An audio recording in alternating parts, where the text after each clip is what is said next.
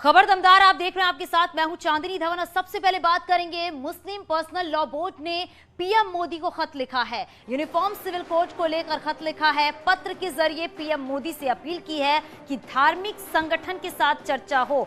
इसके साथ ही आपको बता दें कि कहा है कि तलाक जैसे अधिकार समाप्त हो जाएंगे। तो ये बड़ी खबर इस वक्त की है, तलाक जैसे अधिकार समाप्त हो जाएंगे और यूनिफॉर्म सिविल कोड को लेकर ये पत्र लिखा गया है। मुस्लिम पर्सनल लॉ बोर्ड ने पीएम मोदी को पत्र लिखा है।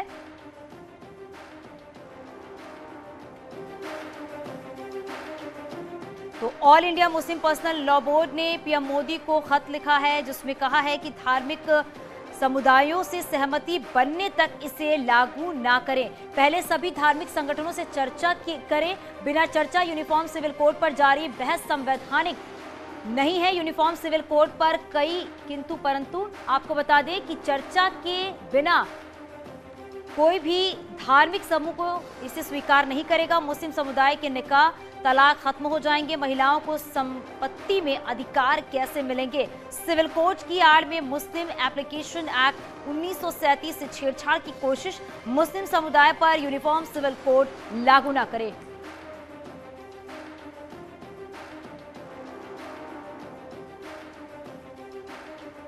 यूनिफॉर्म सिविल कोड को लेकर जहां एक और कहा जा रहा है कि यूनिफॉर्म सिविल कोड जल्द ही लागू कर दिया जाएगा, तो वहीं प्रधानमंत्री नरेंद्र मोदी को मुस्लिम लॉ बोर्ड ने एक पत्र लिखा है, जिस पत्र में यूनिफॉर्म सिविल कोड को लेकर विरोध जताया गया है। उस पत्र में जो प्रधानमंत्री नरेंद्र मोदी को लिखा गया है, उसमें कहा गया है कि सरकार का काम होता है विकास कार्यों पर ध्यान देना, ना कि जो धर्म से जुड़े जो मुद्दे हैं उन पर किसी तरीके के कानून बनाने को लेकर सरकार को हस्तक्षेप नहीं करना चाहिए। साथ ही जो लेटर लिखा गया है उसमें ये भी कहा गया है कि मुस्लिम जो है उनका ये अधिकार है कि वो कहाँ विवाह करते हैं, किस जाति में विवाह करते हैं, और तलाक को लेकर जो कानून बना है उसको लेकर भी उनका एक अपना अधिकार है। तो सिविल जो यूनिफॉर्म सिविल कोड कानून है जिसको लेकर बातें चल रही है, उसको लेकर मुस्लिम लॉ बोर्ड ने पूरी तरीके से विरोध जताया है। लेकिन वहीं एक तरफ उत्तराखंड के मुख्यमंत्री पुष्कर सिंह धामी ने आज ये बयान दिया है कि जो यूनिफॉर्म सिविल कोड है उसको लेकर जो लेआउट है वो पूरी तरीके से तैयार हो चुका है और जल्द ही यूनिफॉर्म सिविल कोड को लागू कर दिया जाएगा। कैमरा पर्सन सोनू मंडल के साथ प्रीति श्रीवास्तव, न्यूज़ 18 दिल्ली।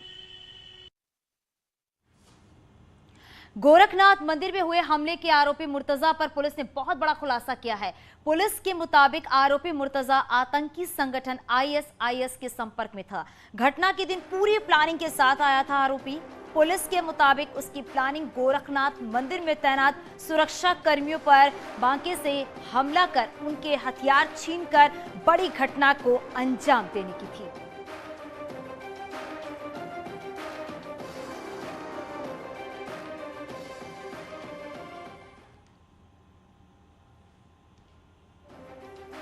जैसे फेसबुक, ट्विटर, टेलीग्राम आदि के माध्यम से आईएसआईएस फाइटर्स एवं आईएसआईएस सिंपैथाइजर्स के संपर्क में था। उक्त अभियुक्त वर्ष 2014 में बेंगलोर पुलिस द्वारा गिरफ्तार ISIS propaganda activist Mehdi Masroor Biswas से भी अपने सोशल मीडिया अकाउंट्स के माध्यम से संपर्क में था। एटीएस की कस्टडी रिमांड के दौरान मुर्तजा अब्बासी से पूछताछ हो रही है और इस पूछताछ में बड़े बड़े खुलासे हो रहे हैं। ADG law and order Prashant Kumar के मुताबिक 2013 में ही अंसार उल तौहीद नाम के आतंकी संगठन से जुड़ गया था मुर्तजा अब्बासी। 2014 में इस संगठन का आईएसआईएस में विलय हो गया था। 2020 में दोबारा आईएसआईएस से जुड़कर उसने बैयत यानी शपथ ली।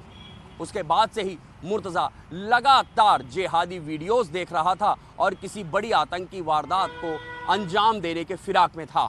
वो इंटरनेट के माध्यम से AK-47 कार्बाइन और यहाँ तक कि मिसाइल टेक्नोलॉजी के भी वीडियो देखता था और ये कोशिश करता था कैसे इसको ज़मीन पर उतारा जाए। ये बात भी सामने आ गई है कि आईएसआईएस से जुड़े संगठनों को उनकी आतंकवादी गतिविधियों को अंजाम देने के लिए 8.5 लाख रुपए मुर्तजा ने अपने खातों से यूरोप और अमेरिका भेजे। यही नहीं, इस बात पर भी मुहर लग गई है कि ISIS की लोन वुल्फ अटैक की थ्योरी से प्रभावित होकर ही मुर्तजा ने गोरखनाथ मंदिर में हमले को अंजाम दिया। मुर्तजा का प्लान था कि सुरक्षा कर्मियों पर पहले गणासे से हमला करेगा और उनके हथियार लूटकर किसी बड़ी वारदात को अंजाम देगा। कैमरामैन रवि गुप्ता के साथ ऋषभ त्रिपाठी, न्यूज़ 18 लखनऊ। लखनऊ में क्लार्क अवध होटल में इफ्तार पार्टी, सपा प्रवक्ता हैदर अब्बास ने इफ्तार पार्टी का आयोजन किया है और इफ्तार पार्टी में शामिल हुए हैं अखिलेश यादव।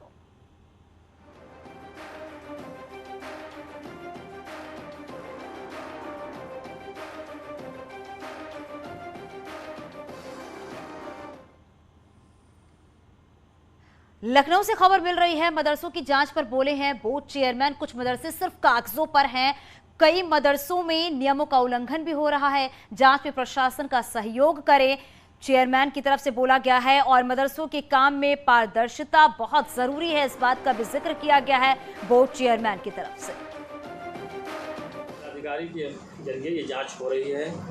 मैं मदरसे से जुड़े हुए सभी प्रबंधकों, शिक्षकों और आधुनिक शिक्षकों से अपील करता हूं, साथ ही सामाजिक संगठन के लोगों से अपील करता हूं, जांच में सहयोग करें।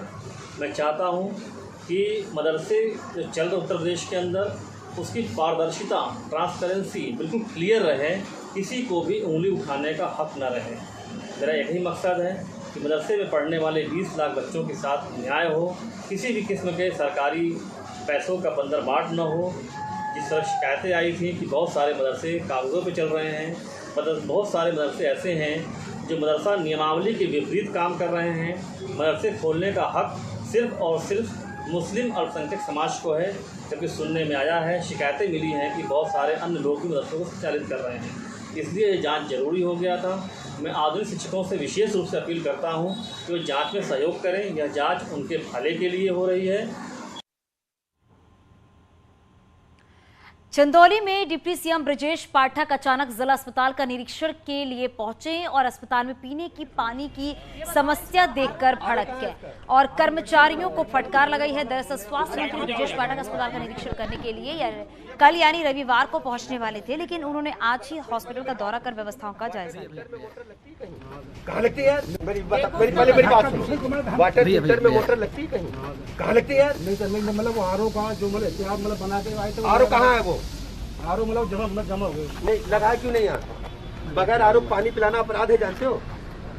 आए बीमार होंगे लोग। अरे इसको भी ले लीजिए, थोड़ा सा पिछवा से इसको भी ले लीजिए ना, उसी में तो गजब। क्यों नहीं, कौन जिम्मेदार है? आप परमानेंट एम्प्लॉय हो क्योंकि ये काम कर रहे। देखिए इनको छोड़िए मैम, गलती आपकी है, आप इसको सुधारिए। आज ही आरओ लगना चाहिए और एकदम ठीक करो। ये डायरेक्ट आपने पानी जनता के लिए छोड़ दिया है।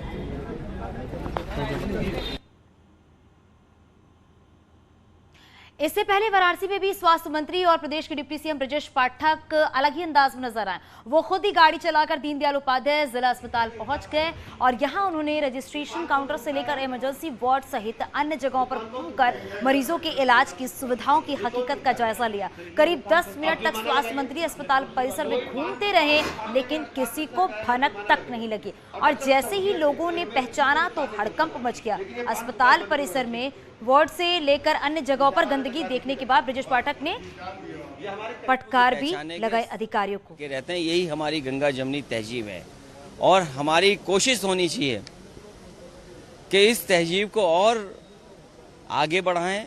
आने वाली पीढ़ी भी मिलकर के रहे, एक दूसरे का सहयोग करे, एक दूसरे का साथ दे, दुख तकलीफ परेशानी में एक दूसरे के साथ खड़े दिखाई दें।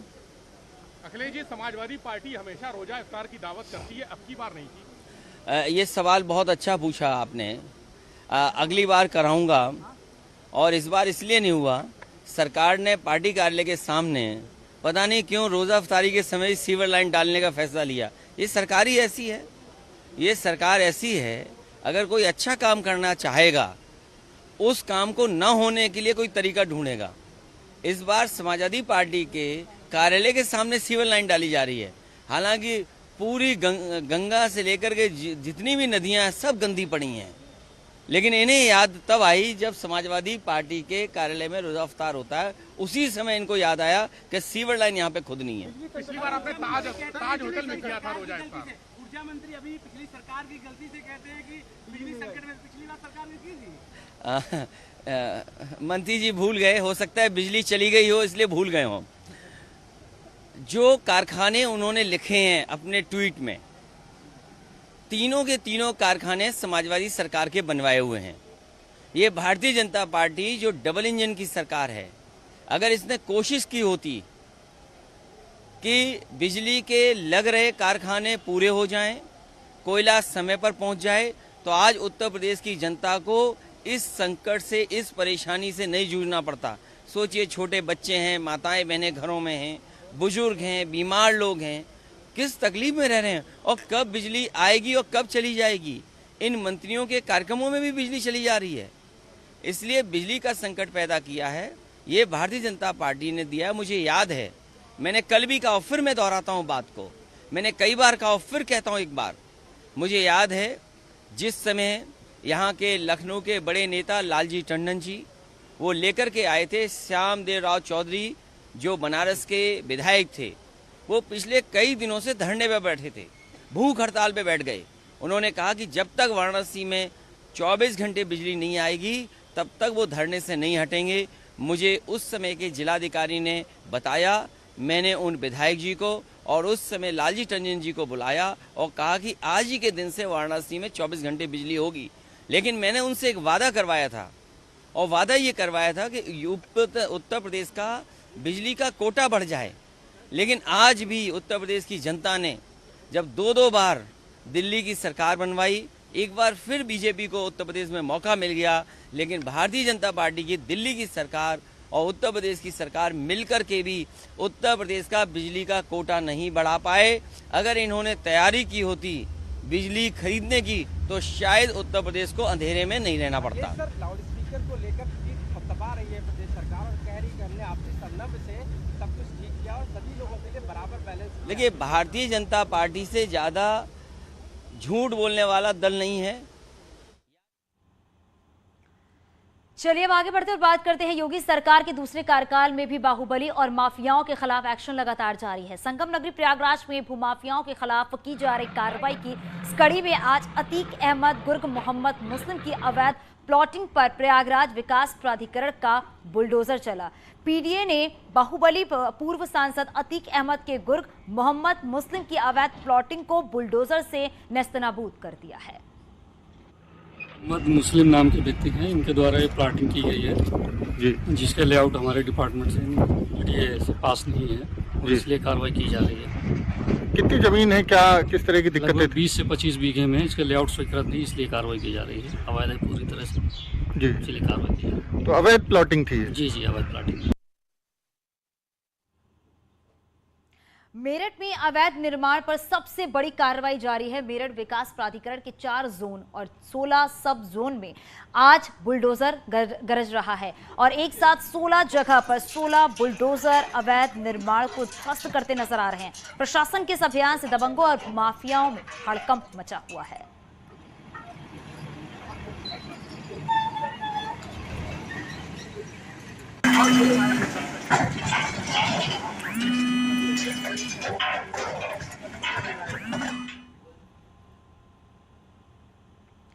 मेरठ से खबर है, अकबर बंजारा की प्रॉपर्टी पर चला बुलडोजर। अकबर बंजारा की दुकानों पर प्रशासन का बुलडोजर चला है।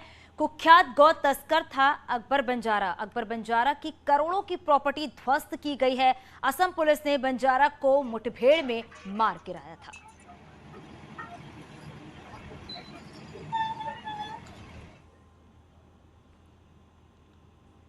सहारनपुर की बात कर लेते हैं। हाजी इकबाल पर पुलिस का शिकंजा। 21 करोड़ से ज्यादा की संपत्ति जब्त होगी। नौकर नसीम के नाम पर भी 50 बेनामी संपत्ति है।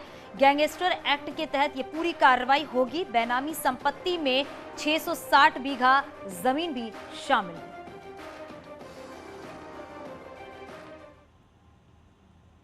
सीतापुर में भी गैंगस्टर एक्ट के कुख्यात माफिया मुजीब अहमद पर बड़ी कार्रवाई की गई है। मुजीब अहमद की NH 24 पर स्थित करीब 3 करोड़ की जमीन को जब्त किया गया है। पूरे अमले के साथ ही NH 24 पर पहुंचे प्रशासनिक टीम ने ढोल नगाड़ा बजाकर माइक के माध्यम से लोगों को कार्रवाई के बारे में जानकारी दी। फिर संपत्ति को जब्त किया गया। गैंगस्टर मुजीब अहमद पर करीब 23 मुकदमे दर्ज है।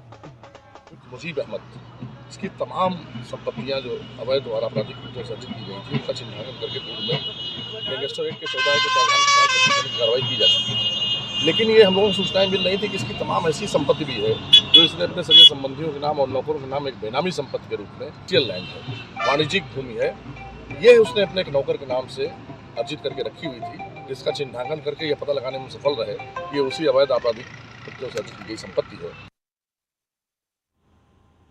जीरो सरकार बनने के बाद सीतापुर के अंदर पुलिस के द्वारा माफियाओं के खिलाफ लगातार कार्रवाई जारी है। आज पुलिस और प्रशासन के अधिकारियों के द्वारा कुख्यात माफिया मुजीब अहमद की लगभग 3 करोड़ की संपत्ति जो है कुर्क की गई हुई है।